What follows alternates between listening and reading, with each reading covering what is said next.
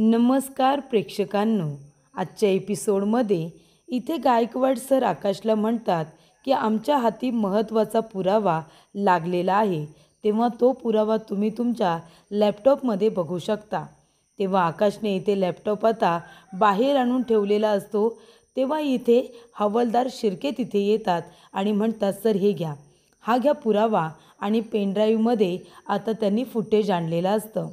तेव्हा गायकवाड सर म्हणतात, मिस्टर आकाश, हा घ्या तो पुरावा, तो तुम्ही लॅपटॉपला अटॅच करा आणि त्याच्यामध्ये जे काही फुटेज आहे ना ते तुम्ही सगळेजणं बघा. तेव्हा प्रेक्षकांनो, इथे आता रिक्षामधून जणू काही रागिनी उतरते. ती रिक्षा जाऊन एअरपोर्टच्या बाहेर थांबते. रागिनी त्याच्यामधून उतरते आणि एअरपोर्टच्या दिशेने जात असते.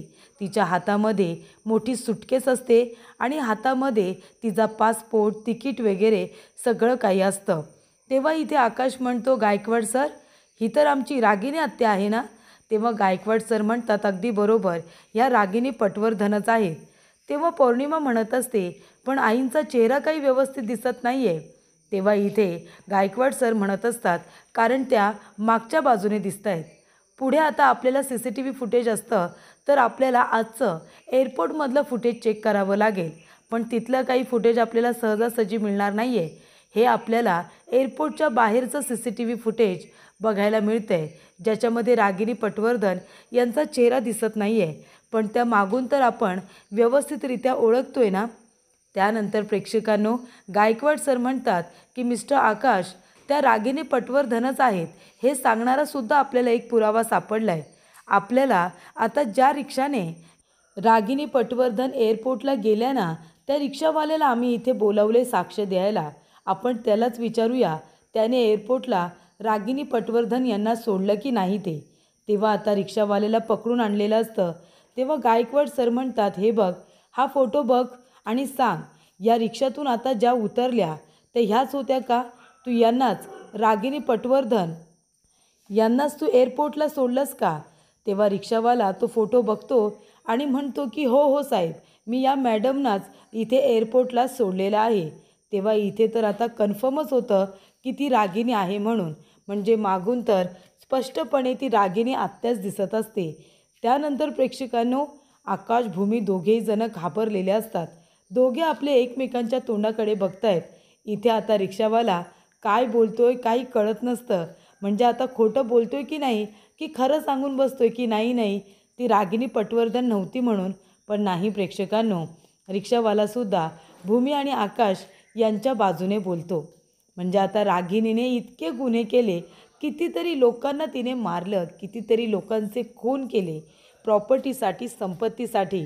पण इथे आता आकाश आणि भूमी यांनी आपल्या मुलीचा जीव वाचवण्यासाठी जी चूक केली आहे ती त्यांना महागात पडली.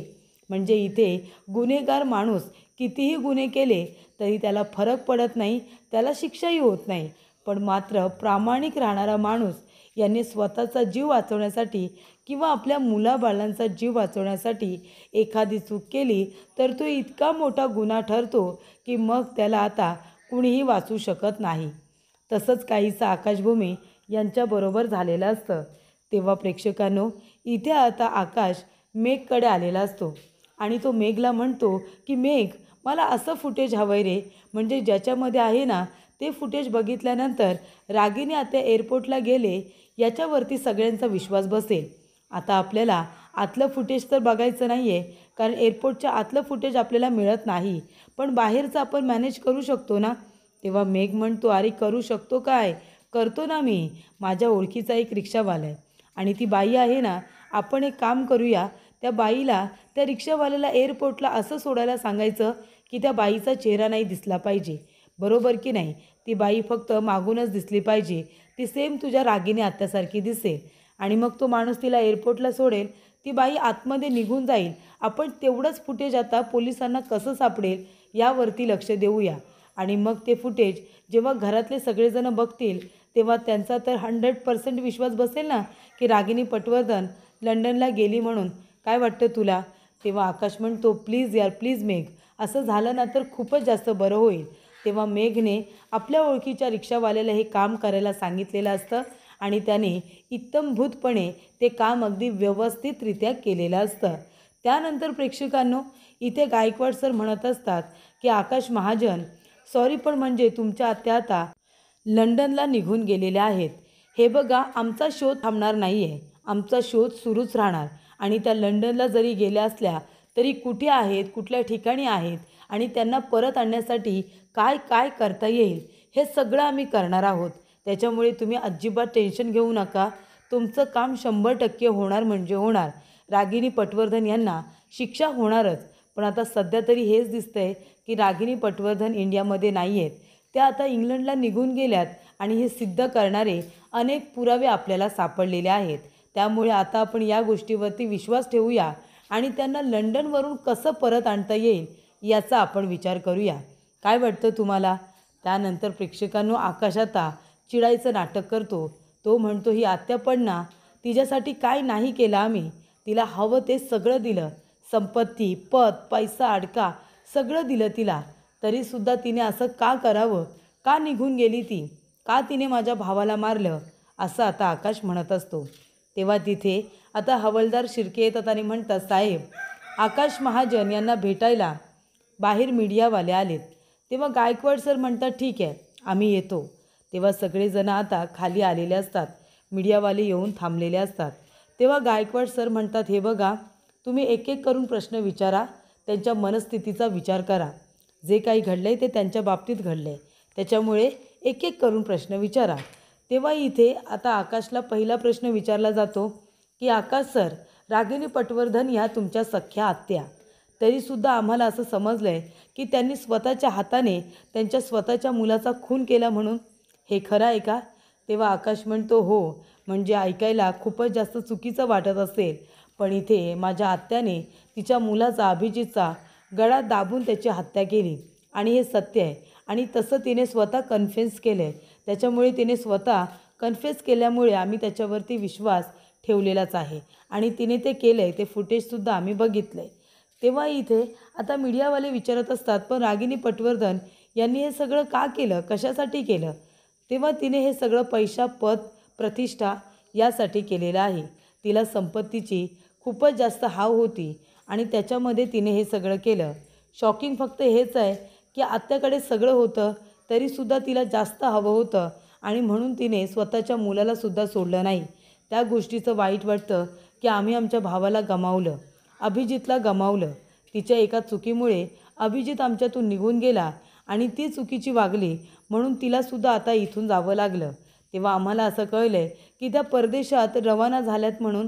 तेव्हा इथे आता आकाश म्हणतो, हो, ती परदेशामध्ये निघून गेली, पण काहीही झालं तरी गायकवाड सर, त्यांची टीम, कायदा, त्याचबरोबर पोलीस या सगळ्यांवरती आमचा विश्वास आहे. सगळ्या गोष्टी अगदी व्यवस्थित घडतील असं आम्हाला वाटतं, अशी आम्ही आशा व्यक्त करतो. त्यानंतर आता मीडियावाले गेलेले असतात, सगळेजण आतमध्ये येतात. तेव्हा प्रेक्षकांनो, पौर्णिमाने काय इथे हाहाकार माजवलेला असतो.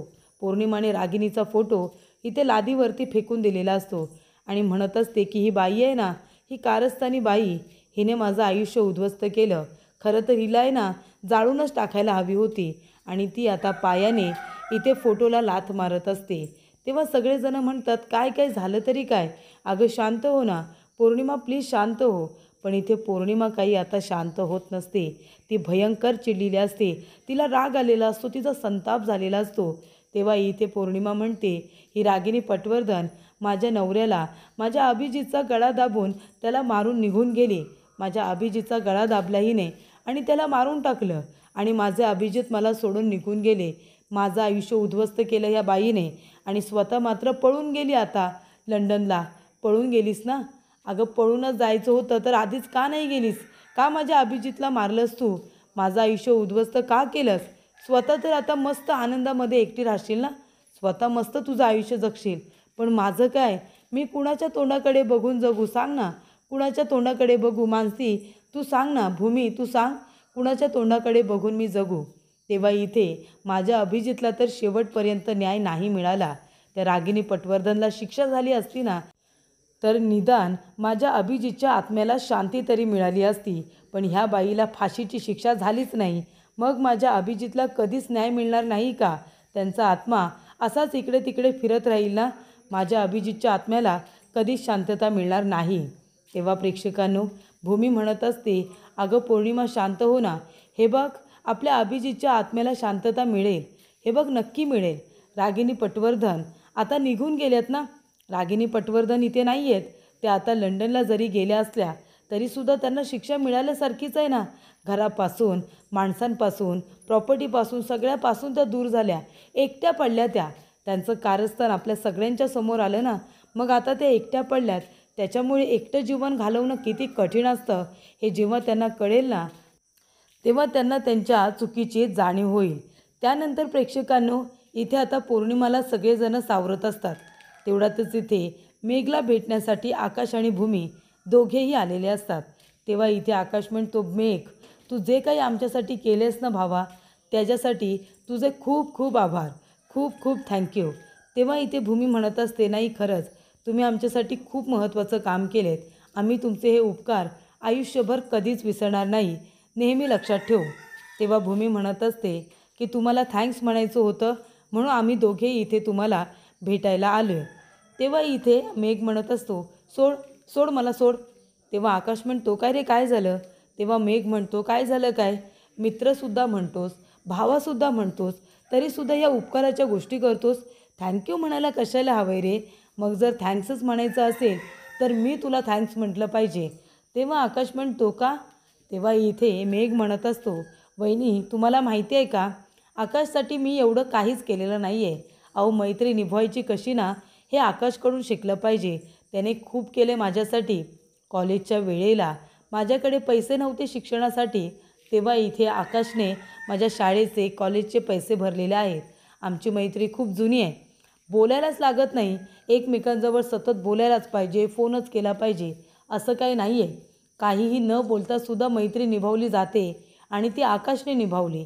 मग आता मी निभावली तर काय झालं. काय रे आकाश, तुझ्यासाठी एवढं मी नाही करणार का. आणि खरं सांगू का आकाश, माझा तुझ्यावरती आहे ना पूर्ण विश्वास आहे, अगदी पूर्ण विश्वास. तू काही चुकीचं करशील ना असं मला वाटतच नाही. तू जे काही करशील ते योग्यच असेल.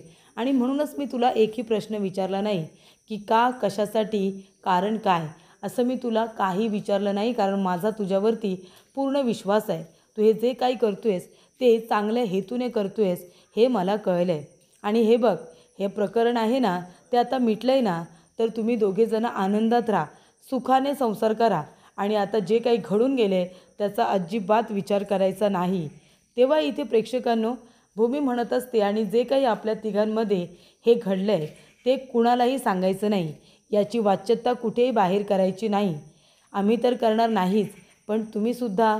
तेव्हा मेघ म्हणतो, माझा तर संबंधच येत नाही, कारण मी आता माझ्या पुढच्या कामासाठी हाँगकाँगला चालले आणि आता मी उद्याच जाणार आहे हाँगकाँगला.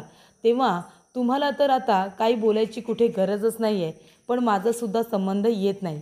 पण एक गोष्ट मी तुला सांगेन आकाश, या प्रकरणामध्ये जर तुला माझी काही मदत लागली तर मला नक्की फोन कर. पण हा माझा जुना नंबर आहे ना, तो डिलीट करून टाका. मी हाँगकाँगला गेल्यानंतर तुला मी माझा नवीन नंबर पाठवून देईन, तू मला त्याच्यावरती फोन कर. मग तर चालेल ना.